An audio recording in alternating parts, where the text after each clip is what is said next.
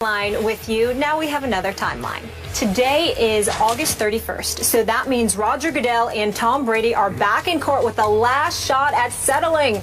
The two parties return for a third and potentially final hearing on Brady's 4-game suspension. There's no indication that any progress has been made, but there is a deadline looming. The NFL and NFLPA have jointly requested that Judge Berman issue a ruling by September 4th, 6 days before the Week 1 game between the Steelers and Patriots. Judge Berman, however, hasn't promised a decision by then. Shannon, how does this all play out? Skip, I don't know if there's any way around Tom Brady not being suspended. Both guys have dropped their 8-ton anchors. Nobody's moving.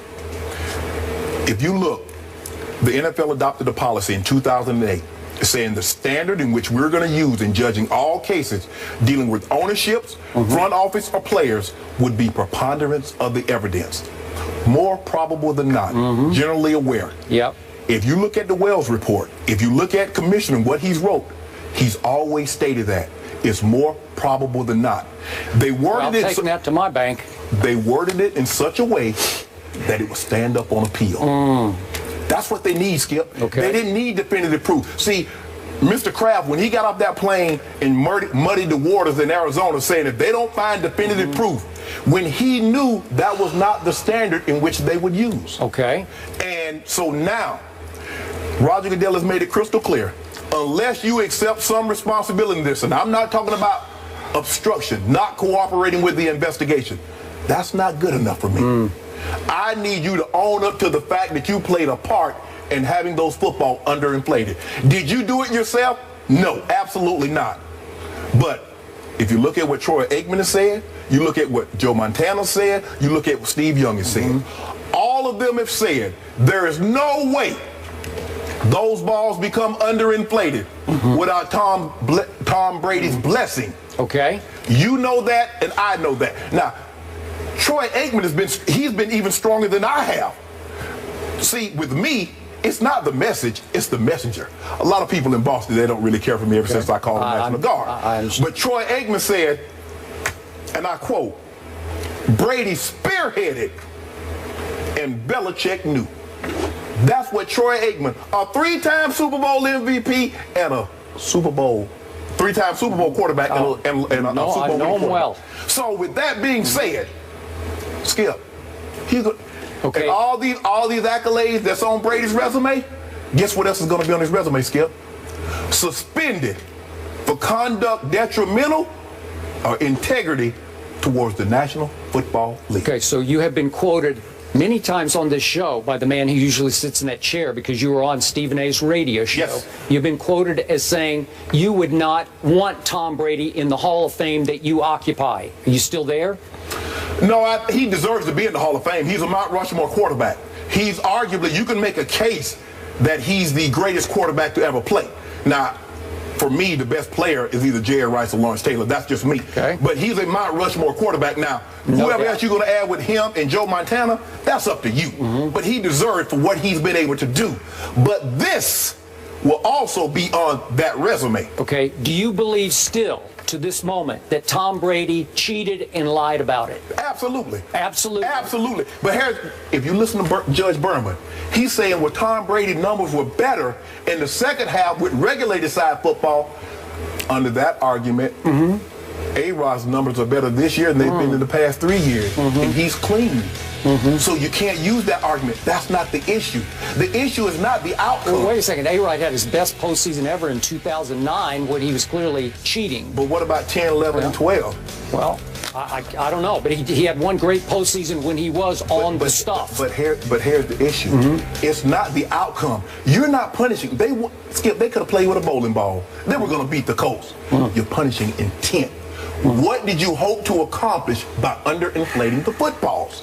Okay, let me explain what has happened and drive this point home to you, because you're being so outrageously unfair, because you dug in initially when you read the Wells report, the day after you dug in with your opinion. Those opinions you're reading from those quarterbacks, I will bet you they were uttered in the next couple of days after the Wells report was out. I don't think Troy is moved. I'd be curious to see if Troy is still as dug in as he was after he has seen what has happened and heard what has come out of Judge Berman's court.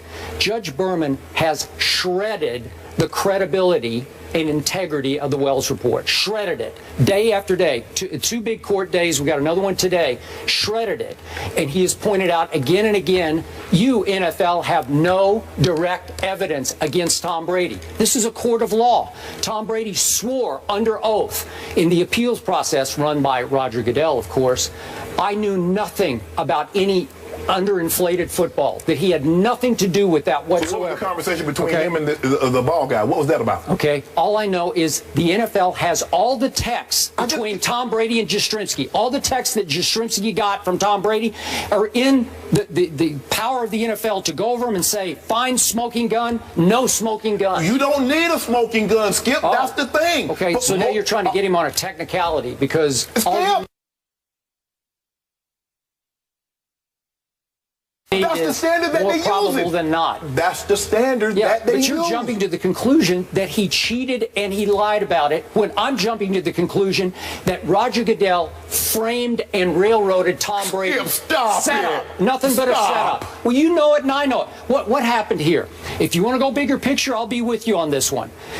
Roger Goodell was trying to nail the Patriots for what he considered, the league has always considered, all of our analysts have always considered, serial cheating under Bill Belichick through his years with the Patriots, okay? And in so doing, Roger Goodell wanted to rebuild his reputation post Ray Rice and all the mishandling of all the domestic violence cases that went before Ray Rice. He wanted to rebuild his stature, his power, his autonomy, not only with the players but with the public. And he succeeded for a while until it hit Judge Berman's court. Now the pendulum is swinging back in Tom Brady's direction. And Tom Brady is starting to win the battle of public opinion here, in the court of public opinion. Skip, you know why the NFL hasn't settled? Because they know they got a case. They know if Judge Berman rules against them, they're going to win on appeal. And the one, let me tell you who has egos. I don't think they know that. Besides players, judges have egos too. Because if they get something sent to appeals court and the appeals court overturns it, they're saying you were wrong. That's why Judge Berman keeps lambasting the NFL. He's trying to goad them into settling. Okay, and Roger Goodell says, I'm not moving unless Tom Brady admits his role in this. It's simple. It's simple as that. He's not moving. He's not going to admit it because he didn't do it. But guess what? If he gets those 4 games, he doesn't have to admit it. Roger Goodell picked on the wrong 38-year-old superstar quarterback. Actually, this is this case that he needed to get back in good graces with the players. Okay. Because they say, that's what I just said. We see, but here's the thing, though, Skip. Nobody had a problem with Roger Goodell. Now, mind you, owners, 32-0, gave Roger Goodell this power. The players, the league, the players, 31 of 32 teams, only the Steelers didn't ratify the CBA. So you got 63 of a possible 64. Nobody had a problem with Roger Goodell having this kind of dictatorship power until, guess who came to the party? Tom Brady. See, what happened in the CBA, everybody says, Kessler and D. Smith says, well, you're not going to even have to go before Commissioner Goodell. Let's take this. Who cares if he has all that power? Tom Brady had to go before Roger Goodell. He admitted it was a joke. But here's just a waste of time. Ray Rice got overturned because Judge Jordan says, hold on. The video didn't create a new incident. All it did was highlighted the old incident. You had already suspended him for that. You can't come back in hindsight into Adrian Peterson. Judge Doty said, hold on. This happened under the old agreement. You can't suspend him for the entire year and then try to suspend him again. They kicked it. He's back on the exempt list. Now, he's still not cleared to play.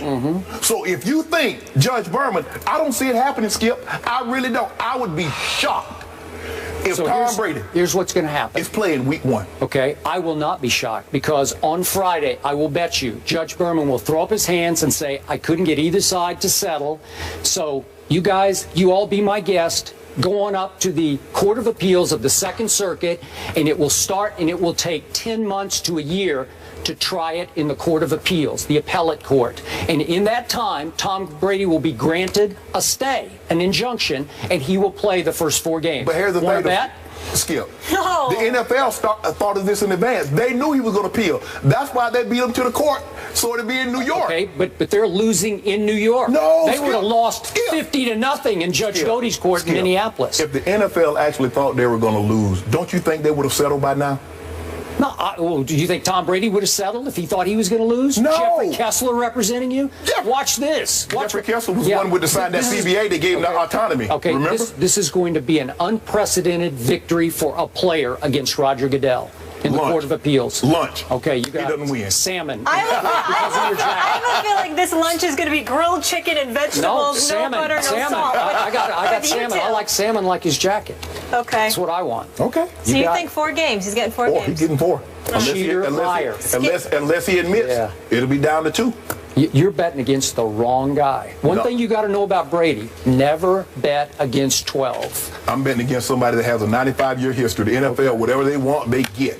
All right, Salmon is on the line. So here's another scenario. If the sides don't reach a settlement and Berman issues a ruling, that still doesn't mean this is going away. As these guys alluded to, both sides can appeal should Brady lose. That doesn't mean he automatically serves a suspension. He could file for an injunction that allows him to keep playing until the appeal is heard. Should the NFL lose, it could also appeal in hopes of having the decision reversed. How about them Cowboys? Tony Romo was super on Saturday, but I can't say the same about the Cowboys defense. Skip will tell us if he is concerned. Are you blasting my Cowboys defense? Don't get mad at me. I've got the blue on.